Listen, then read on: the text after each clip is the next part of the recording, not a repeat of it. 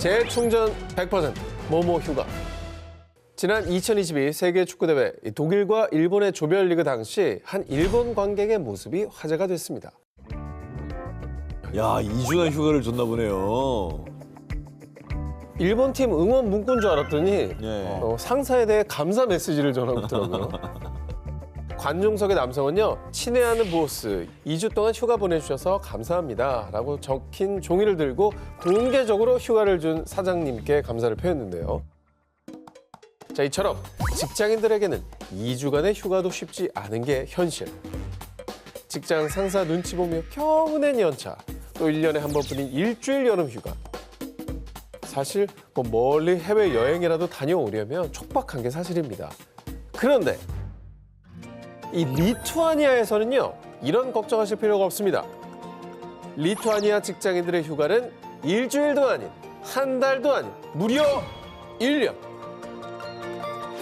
이른바 안식년 휴가가 있다고 합니다. 1년 뒤에 돌아가면은 내 책상이 있습니까? 그게 핵심이죠? 예, 있어요. 아, 있어요? 있습니다. 그것도 궁금하지만 그 1년 동안 월급은 나옵니까? 오. 퇴사 수순 아니고요. 또 이게 무조건 무급도 아닙니다. 자, 먼저 2014년 미 스탠퍼드대 연구팀의 발표에 따르면요. 총 근로 시간이 같다면 휴일을 보장하는 게 생산성이 더 높습니다. 자, 그리고 여러 연구들에서 근무 시간이 길어지면 근로자들의 노동 생산성이 떨어진다는 연구 결과가 나왔는데요. 그래서 리투아니아 기업들은 사규에 따라 차이는 있지만 주로 장기 근속자에 한해 보수 및 휴가 기간을 합의해서 안식년 휴가를 제공한다고 합니다. 실제로 리투아니아의 IT 기업인 H사의 한 직원이 이 안식년 휴가를 사용. 이처럼 개인적인 여행을 하거나 업무 관련 박람회에 참석하며 자기 개발을 하고 봉사활동을 하는 등 1년 동안 다양한 경험을 하며 안식년 휴가를 보낸다고 합니다. 현재 국내 일부 기업들도 이 같은 장기 휴가 제도를 도입하는 추세인데요. 쉴 땐 쉬고 일할 땐 일합시다. 직장인들의 번아웃 방지, 확실한 효율을 위해 1년 휴가 제도 도입을 적극 지지해봅니다. 프랑스에서 뭐뭐 시키면 벌금? 2013년 프랑스에 있는 A전자 제품 판매점이 직원들에게 이것을 시켰다가 자그마치 10,000유로, 하나로 약 1,430만 원의 벌금형을 선고받았습니다. 법원은 또다시 이것을 시킬 경우에는 5만 유로, 하나로 약 7,170만 원을 더 부과하겠다고 강력히 경고했습니다. 그러니까 회사에서 부당하게 이걸 이제 직원한테 시킨 거잖아. 그게 뭘까? 영어로만 말하는 틀렸습니다. A 기업에게 벌금이 부과된 이유는 바로 직원들에게 야근을 시켰기 때문입니다. 야. 1993년 유럽연합 EU에서 평균 48시간을 초과해 근무할 수 없다는 노동법 입법 지침을 만든 뒤 프랑스는 2000년부터 파격적으로 주 35시간 근무제를 시행, 시간 외 근무를 엄격하게 금지하는 문화가 정착돼 왔습니다. 그리고 프랑스 노동법은 회사가 별도의 복지 후생을 제공하지 않거나 국가 경제 활동을 유지하기 위해 필요하다고 인정되지 않을 경우 오후 9시부터 오전 6시까지는 직원들에게 일을 시키지 못하도록 법으로 규정, 직원들의 워라밸을 철저히 보장하고 있다고 합니다. 여기는 회사가 벌금 안 내려고 직원들 야 빨리 나가, 야 나가 이렇게 해야 돼. 그렇지. 야 너 지금 뭐 하는 거야? 지금 컴퓨터 안 꺼? 어, 그럼 우리 지금 벌금 나온다고? 이렇게 해야 되는 나라인 거지. 그렇지. 그뿐이 아닙니다. 프랑스에서는 직원 50명 이상의 회사라면 주말에 일하는 것도 불법입니다. 고용주가 최대 3년의 징역형에 처할 수 있을 정도로 주말 근무 또한 고도로 규제하고 있습니다. 이에 프랑스 노동자들은 직장 생활을 하면서도 가족과 보낼 수 있는 시간이 많아서 너무 만족해요. 보는 시각에 따라서 다르겠네요. 어떤 사람들은 이거 이렇게 해서 회사가 돌아가냐. 어허. 국가에 경제적인 손실이 있는 거 아니냐. 이렇게 역시 보는 사람들 고용주 입장이구만, 한 기자님은. 고용주 입장이 아니라 그렇게 보는 사람 분명히 있을 어허. 거다 이거지. 지난해 나쁜 경영 이유로 뽑히셨다고요? 무슨 나쁜 경영이야. 프랑스는 주 35시간 도입에도 국내 총 생산량 GDP와 1인당 국민 총소득 GNI 모두 세계 7위입니다. 그리고 프랑스 정치인 이안 프로사는요. 프랑스의 억만장자가 지난 10년 동안 3배나 증가했습니다. 더 많은 부를 창출하기 위해 더 많이 일해야 한다는 것. 프랑스인들에게 모욕적인 말입니다. 라고 밝혔다고 합니다. 요즘에는 워라밸, 일과 삶의 균형을 중시하는 사람들이 많아졌는데요. 보다 효율적으로 일하고 모두의 일상이 존중받는 사회, 지금보다 더 만연하게 되길 바랍니다. 인도 학생들의 모모 금지. 2015년 인도 서부 마하라슈트라주 한 학교의 모습입니다. 자자 얘들아, 한 명씩 저울 앞에 줄 서. 무말, 너는 저번부터 너무 무거운 거 아니니? 일단 저쪽 가서 서 있거라. 아유, 선생님. 한 번만 다시 재보면 안 돼요. 일단 좀 체중을 다는 것 같은데 옛날 우리도 그랬잖아요. 막 줄 서서 신체 검사하는 날. 그렇죠. 요날의 풍경인 것 같은데요. 급격히 체중이 는 학생들 관리? 어허. 자, 사실 교사가 저울로 재고 있었던 건요. 학생들의 몸무게가 아닙니다. 저울에 잰 건 학생들의 책가방의 무게였습니다. 오. 사실 학생들의 책가방 문제는 우리나라에서도 많이 제기된 문제죠. 예전에도 가방 안에 뭐 도시락 2개, 한영 사전에 5편 세트에 기본이었고요. 5편 안 들고 다녔어요? 5편 안 들고 다녔어요? 들고 다녔어요. 한문 시간이 있었거든요. 선생님 또 자전이라고도 했죠. 자전 가져와 봐라.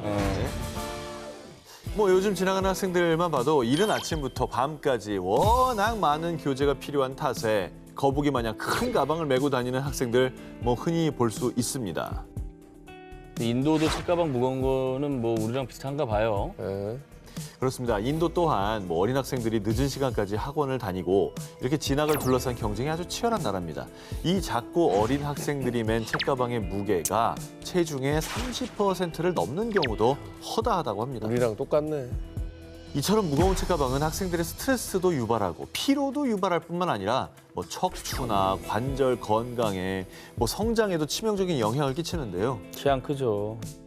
체중의 30%면 이제 70kg 성인 기준으로 봤을 때 20kg에 가까운 무게 아닙니까? 아, 완전 군장이야 거의. 예.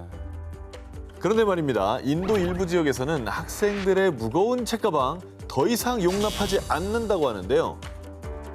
2015년 인도 서부 마하라슈트라주는 학생들의 책가방 무게가 체중의 10%를 넘지 않도록 제한. 예를 들어 학생 체중이 40kg인 학생은 책가방 무게가 4kg을 넘지 않도록 조치한 거죠. 그리고 이 조치가 실제로 시행될 수 있도록 학생들이 여러 권의 교과서를 학교에 가져가지 않아도 되도록 선생님들은 숙제와 시간표 조정을 부탁드리겠습니다. 그리고 학부모들에게도 자녀가 불필요한 물건을 가방에 넣지 않도록 지도해 줄 것을 당부했는데요. 학생들의 건강을 위해 여러 학교가 동참. 학교에 노트북이랑 사물함이 생겼어요. 이젠 정수기도 생겨가지고요. 매일 무거운 물을 안 챙겨와도 돼요. 만족하는 학생의 반응이야말로 환경이 나아지고 있다는 반증이었겠죠. 마하라슈트라주를 시작으로 인도 정부와 교육청은 지금까지도 학생들의 책가방 무게를 줄이기 위한 여러 정책을 고민하고 심의위원회를 수시로 열고 있다는데요. 무거운 가방 메고 통학 금지, 이처럼 나라의 미래가 될 아이들의 건강을 위하는 정책이 필요하지 않을까요? 도입이 시급한 꿀 정책 제도 19 7위 공개합니다. 모모를 위한 전용 이동진료소. 튀르키예 최대 도시인 이스탄불에서는 우리 동네에 아픈 아이들이 있어요. 이동 진료 버스 좀 보내주세요. 시민들이 연락하면 이곳저곳을 직접 찾아가 치료해주는 이동진료소가 있습니다. 병원이 없는 그런 뭐 작은 마을인 건가요? 시골 마을? 자, 그럴까요? 그런데 이 이동진료소를 이용할 수 있는 대상은 아이들도 노인들도 아니었습니다. 바로 동물. 유기견, 유기묘를 위한 이동진료소 vet버스, 일명 수의사버스입니다. 오. 시민들이 직접 출동을 요청하면 필요한 곳에 달려가고요. 정기적으로도 각 지역을 방문하면 시민들이 평소 아파 보였던 유기묘, 유기견 등 길거리에서 생활하는 동물들을 데리고 직접 진료를 받으러 온다고 합니다. 아하. 하긴 뭐 유기묘나 유기견들이 자기들이 아프다고 알아서 병원을 갈 리는 없고 네, 이렇게 누군가가 챙겨서 가줘야지 되는 거죠. 요즘 뭐 세계적으로 동물 복지에 대한 관심이 점점 높아지고 있는데 이거는 진짜 앞서 나가는 좋은 정책인 것 같습니다. 그렇습니다. 이스탄불에는 약 13만 마리의 유기견과 16만 5천 마리의 유기묘가 있다고 합니다. 2004년 각 지방단체들이 동물을 보호하도록 하는 동물보호법이 통과되면서 이스탄불은 동물들의 안락은 물론 공중보건을 위해 이동진료소 정책을 시행. 그런데 처음부터 이런 정책을 펼쳤던 건 아니었습니다. 1990년대만 해도 튀르키예는 길거리 동물 박멸 정책을 시행. 거리 곳곳에 독을 뿌린 음식을 놓곤 했었는데요. 하지만 시행착오 끝에 공생하는 방법을 선택했던 것이죠. 현재 이스탄불에는 이동진료소뿐 아니라 길거리 동물을 위한 건강센터도 6군데 운영하고 있다고 합니다. 그렇게 1년 동안 이동진료소와 센터에서 치료받은 동물 수만 무려 약 7만 3천 마리였습니다. 와, 야, 엄청난 숫자네요, 진짜. 와, 7만 마리가 치료를 받았네. 예. 완전 정반대로 이제는 그들을 사랑하고 케어하는 입장으로 바뀌었다는 게 이게 너무 다행인 것 같아요. 예. 길거리 동물들을 위한 이동진료소 덕분에 이스탄불에는 2016년 이후 광견병 사례가 단 한 건도 발생하지 않고 있다고 합니다. 또한 길거리 동물 중성화로 인해 개체수 또한 안정적으로 유지되고 있다고 합니다. 이게 광견병이나 다른 이 동물에서 옮아오는 그런 전염병들을 관리하는 효과까지 있겠군요. 그렇죠. 그러니까 건강 관리에 또 신경을 쓰는 것도 다행이라는 생각이 드네요. 진짜. 그러네. 예. 우리나라도 유기견과 유기묘 문제가 심심치 않게 거론이 됩니다. 이 동물을 위한 이동식 진료소, 수의사 버스로 사람과 동물 모두 행복한 세상으로 한 발짝 나아간다면 어떨까요? 도입이 시급한 꿀 정책제도 19, 6일을 공개합니다. 선거일도 걱정 마세요. 모모 서비스. 대통령 선거, 국회의원 선거, 국민으로서 참정권을 행사하는 선거일. 이 소중한 한 표를 행사하기 위해서요. 100세 넘으신 어르신이 아들 손 잡고 오시고 거동이 불편한 장애인도 힘겹게 휠체어를 타고 투표소를 찾습니다. 저분들의 유권자 의식이 참 대단한 거 아닙니까? 그런데 말입니다.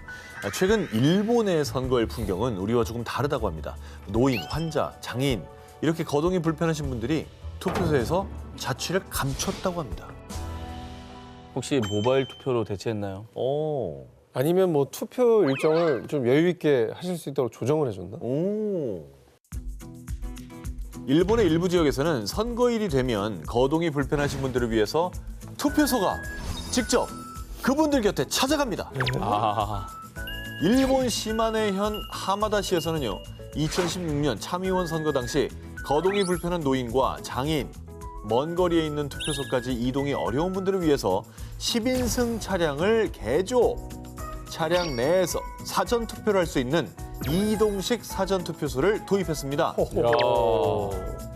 투표소가 이동할 생각은 못 해본 것 같아요. 그리고 네. 고령이신 분들이 또 모바일 잘 못하실 수도 있잖아요. 그렇죠, 그렇죠. 그러니까 찾아가는 게 낫지 사실. 선거일이면 찾아가는 서비스. 일본의 이동식 사전 투표소는요. 거동이 불편한 노인과 장애인들이 탑승하기 쉽도록 입구에 경사로를 설치한 배려가 눈에 띄죠.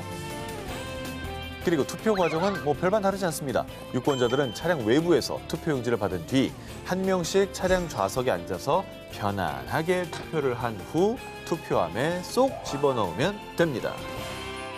이 이동식 사전 투표소는 주로 교통이 열악하거나 접근하기 어려운 지역을 대상으로 사흘간 11개 지역을 돌며 각 지역에 약 1시간에서 1시간 반 정도 머물렀고요. 결과적으로 거동이 불편했던 무려 153명의 유권자가 차도 없고 거동도 힘들어서 올해는 투표가 힘들겠거니 했는데 이렇게 투표소가 직접 찾아와 줄 줄이야. 참 고마워요. 아리가또 고자이마스. 친절하시네. 이 이동식 사전 투표소 덕분에 소중한 한 표를 행사할 수 있었다고 합니다. 이를 계기로 일본에서는 전국적으로 이 이동식 사전 투표소가 확산. 이후 2021년 일본 중의원 선거에서는 59곳의 지자체에서 도입. 무려 약 12,910명이 이용하며 호평이 이어졌다고 합니다. 이제 반대로 얘기하면 저런 시스템이 없었을 때는 많은 그 소중한 표들이 오지 않았던 거잖아요. 그죠? 그냥 뭐 포기하고 안 가셨을 수도 있는 거고. 그러니까 어르신들이 또 그런 걸 느끼신다고 해요. 내가 투표를 함으로써 내가 이 나라의 주인이구나, 이 나라의 국민이구나 하는 자긍심도 느끼신다고 하니까 주인의식. 정말 또 좋은 제도인 것 같습니다. 도입이 시급한 꿀 정책 제도식구 5위를 공개합니다. 배려가 담긴 모모 쓰레기통. 이번 특종 덴마크 코펜하겐에서 볼 수 있는 쓰레기통 사진을 하나 보여드리겠습니다. 페트병이랑 캔이 꽂혀 있어요, 지금. 안 버리고. 저거는 쓰레기 아닙니다. 환경미화원 분들을 위해 놓은 음료수. 아니, 자, 이게 먹던 거잖아. 아니, 먹던 캔이랑 먹던 거를 아니 그 길바닥에다. 아름답잖아요. 뭘 아름다워. 그거 자기가 어떤 갖다 측면에서 먹으면 되지. 아름다운 건가요? 아니 그 시민들이 환경미화원 분들 고생하시니까 예, 예. 음료수 하나씩 꽂아놓은 거 아닙니까? 그러니까 분리수거용으로 네. 캔이랑 저 페트병은 저 안에 안 넣고 옆에 네. 꽂아놓은 것 같아요. 아니야. 그럼 그게 약간 일차원적인 나생. 오 기자가 조금 더 가깝긴 했는데 어쨌건 정답은 아닙니다. 자, 측면에 선반이 달린 쓰레기통. 사실 이 쓰레기통에는 사람들의 따뜻한 배려가 숨어 있습니다. 2015년 덴마크 코펜하겐에서 시작된 일명 존엄한 쓰레기통 프로젝트입니다. 이름 자체가 존엄하다고 하니까 뭔가 약간 대단해 보이고. 자, 이 쓰레기통 소개에 앞서서 덴마크의 빈병 보증금 방한 제도, 일명 판트에 대해서 먼저 설명해 드리겠습니다. 판트는 유리병, 페트병, 캔 이런 데 담긴 음료를 판매할 때 보증금을 부과하고 지정된 방법으로 반환할 때 돌려주는 제도입니다. 이 빈 병을 주변의 자동 수거기에 넣거나 상점 점원에게 반환하면요, 곧바로 현금을 지급 혹은 식료품 할인을 받을 수 있는 제도입니다. 좋다. 그리고 이 병당 보증금 금액이 한 180원에서 540원까지. 그러니까 금액이 꽤 큰 편입니다. 500원이면 세네. 그렇죠. 그러니까 이 체계적인 판트 제도는 덴마크 시민들에게도 쏠쏠한 용돈벌이가 되곤 합니다. 그런데 특히나 벌이가 마땅치 않은 이 노숙인들에게는 아주 소중한 수입원이 되는 거죠. 근데 이게 500원이면 몇 개만 모아도 꽤 큰 금액이 나올 수 있거든요. 그리고 이제 그 길거리도 깨끗해질 거 아니에요. 막 여기저기 버려진 거 모아다가 주면은 돈도 받고. 맞습니다. 이처럼 잘 갖춰진 판트 제도에 많은 노숙인들은 쓰레기통 안이 더럽긴 하지만 어쩌겠어요. 배가 고프니 빈 병을 꼭 찾아야 하거든요. 이에 덴마크 코펜하겐에서는요, 거리에 쓰레기통을 뒤지는 노숙인들의 존엄성을 지켜주기 위해 일명 존엄한 쓰레기통 프로젝트를 진행. 앞서 보신 사진처럼 측면에 선반이 달린 이 쓰레기통을 선보인 겁니다. 빈 병 보증금이 필요 없는 사람들은 이 선반 위에 빈 병을 톡 올려두고 가면요, 보증금이 필요한 노숙인들이 힘들게 허리 숙이고 더러운 쓰레기통을 손으로 뒤져가면서 야. 빈 병을 찾을 필요 없이 저기서 바로 빈 병만 쏙 집어가면 되는 거죠. 진짜 존엄 맞다. 그러니까 사람이 나도 사람이잖아요. 그렇지. 그걸 뒤지고 있는 나 자신의 그 순간 자존감 떨어지죠. 느껴지는 그 슬픔은 엄청 크겠어요. 그러니까 그거를 다른 시민들이 보호해 주는 거죠. 해당 쓰레기통은 덴마크 코펜하겐의 단 3개 지구에 시범적으로 설치됐던 이후에요, 그동안 반환되지 않았던 보증금으로 인한 손실률이 무려 49%까지 감소, 빈병 반환율이 쑥쑥 올라가서요, 이후 500개의 쓰레기통 추가 설치, 결과적으로 덴마크 코펜하겐 곳곳에 이 배려킹, 효율킹 쓰레기통이 설치됨으로써 거리는 훨씬 깨끗해졌고 재활용률도 쑥쑥 올라갔다고 합니다. 야, 이거는 그냥 당장 도입해도 되겠다. 우리나라에도. 빨리 도입해야 된다고. 우리도 이제 공병 음. 재판매 되잖아요. 네. 맞아요. 너무 많은 분들이 혜택을 볼 수 있을 것 같아요. 찾기가 힘드니까 저렇게 해놓으면 너무 좋겠다. 네.